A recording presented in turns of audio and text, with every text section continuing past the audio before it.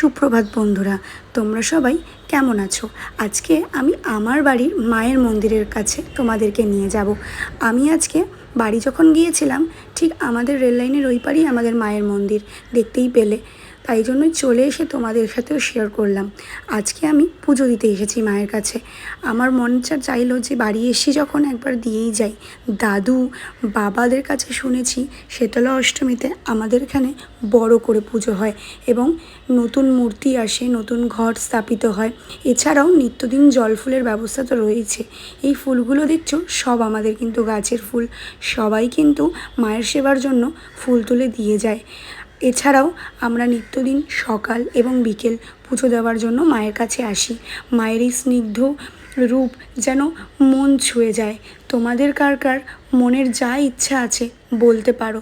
মা কিন্তু সবার শোনে, মা কিন্তু সবাইকে খেয়াল রাখে।